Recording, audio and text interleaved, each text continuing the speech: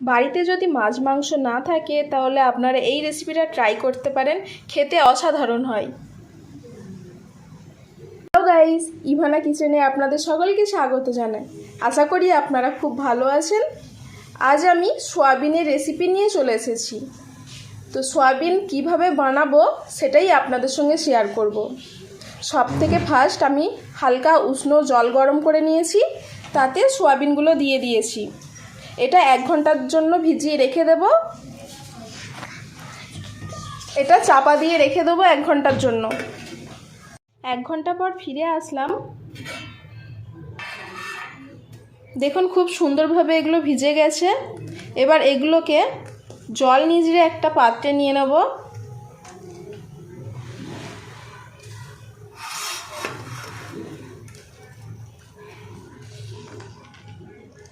ভালোভাবে জলটা নিগড়াতে হবে। আমি সোয়াবিন থেকে জলটা বার করে নিয়েছি ভালো করে। এবার এতে দিয়ে দেব হলুদ গুঁড়ো 1 চামচ, লঙ্কা গুঁড়ো 1/2 চামচ,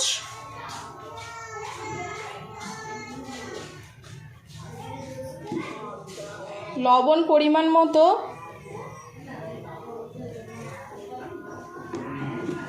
আর এতে 2টো ডিম দিয়ে দেব। আমি সয়াবিনটা 100 গ্রাম নিয়েছি, তাই এতে 2টো ডিম দেব।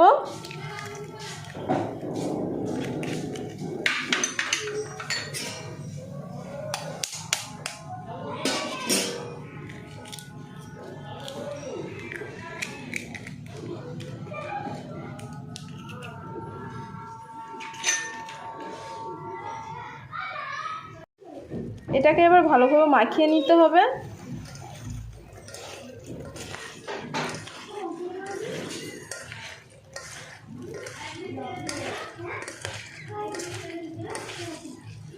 আমি একটা কড়াইতে তেল গরম করে নিয়েছি। যেই সয়াবিনগুলো আমি ডিম দিয়ে ভালোভাবে মাখিয়ে রেখেছিলাম, এতে ভাজতে দিয়ে দেব।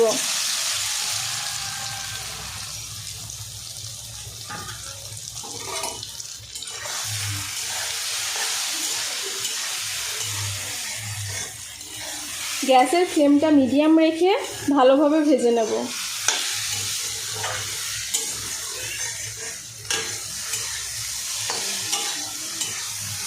3 থেকে 4 মিনিটের মধ্যেই সয়াবিনগুলো খুব সুন্দরভাবে ভাজা হয়ে যাবে। এটা ভাজা হয়ে গেছে, আমি নামিয়ে নেব।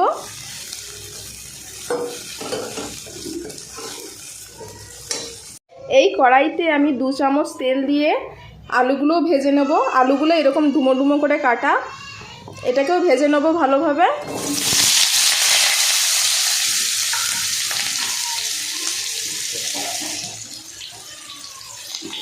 এতে দিয়ে দেব লবণ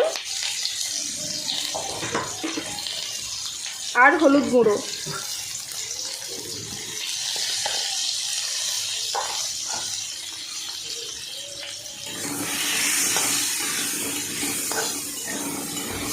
আলুটাকেও আমি মিডিয়াম ফ্লেমে রেখেই ভাজবো, চাপা দিয়ে দিয়ে ভাজবো, তাহলে আলুটা নরম হয়ে যাবে।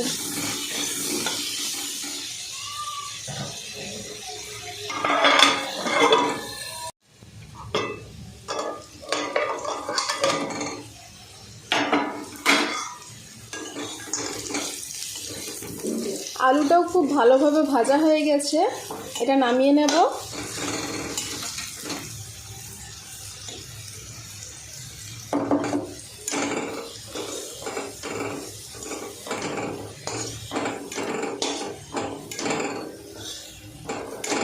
এই কড়াইতে আমি কিছুটা পরিমাণ তেল দিয়ে দিয়েছি। এবার পেঁয়াজ কুচিগুলো এতে দিয়ে দেব।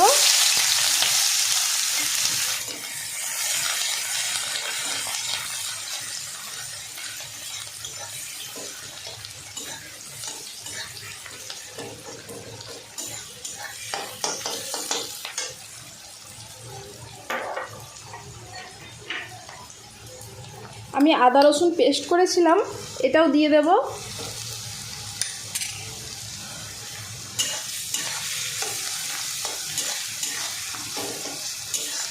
পেঁয়াজটাকে ভালোভাবে কষে নেব, নাহলে আদা রসুন গন্ধ করবে। পেঁয়াজ আর আদা রসুনটা ভালোভাবে লাল করে নেব।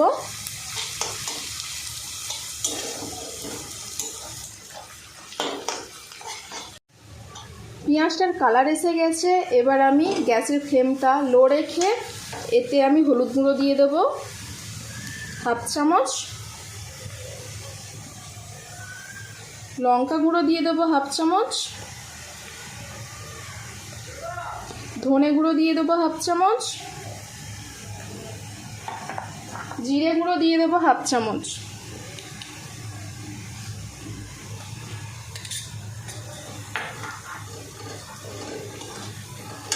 আমি 3টে কাঁচা লঙ্কা ছিঁড়ে রেখেছিলাম, এটাও দিয়ে দেব।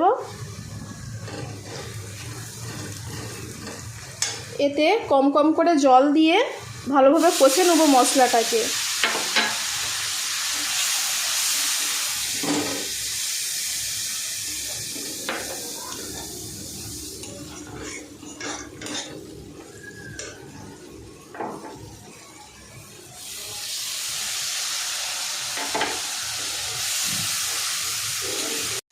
ভালোভাবে কষিয়ে নিয়েছি, দেখুন মশলার গা দিয়ে তেল ছেড়ে আসছে। এবার আমি যে সয়াবিনটা ভেজে রেখেছিলাম আর আলুটা ভেজে রেখেছিলাম এতে দিয়ে দেব।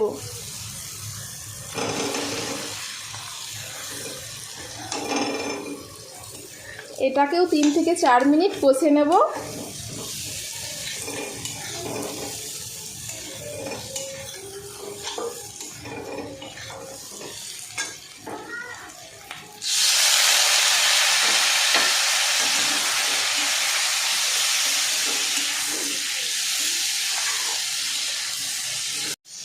কষানো হয়ে গেছে, এতে জল দিয়ে দেব।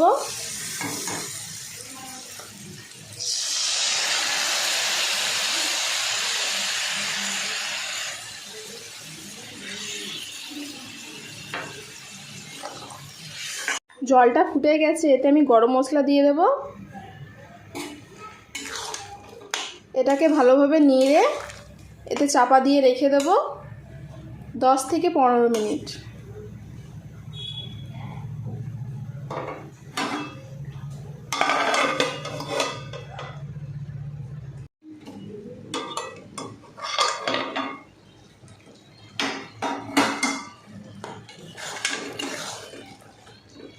রান্নাটা কমপ্লিট হয়ে গেছে, দেখুন আলুটা খুব সুন্দরভাবে সেদ্ধ হয়ে গেছে।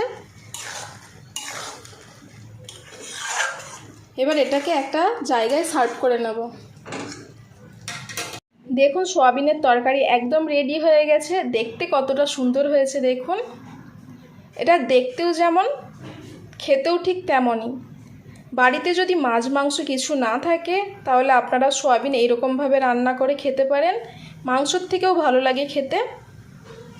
আমার ভিডিওটা আপনাদের কেমন লাগলো অবশ্যই কমেন্ট করে জানাবেন।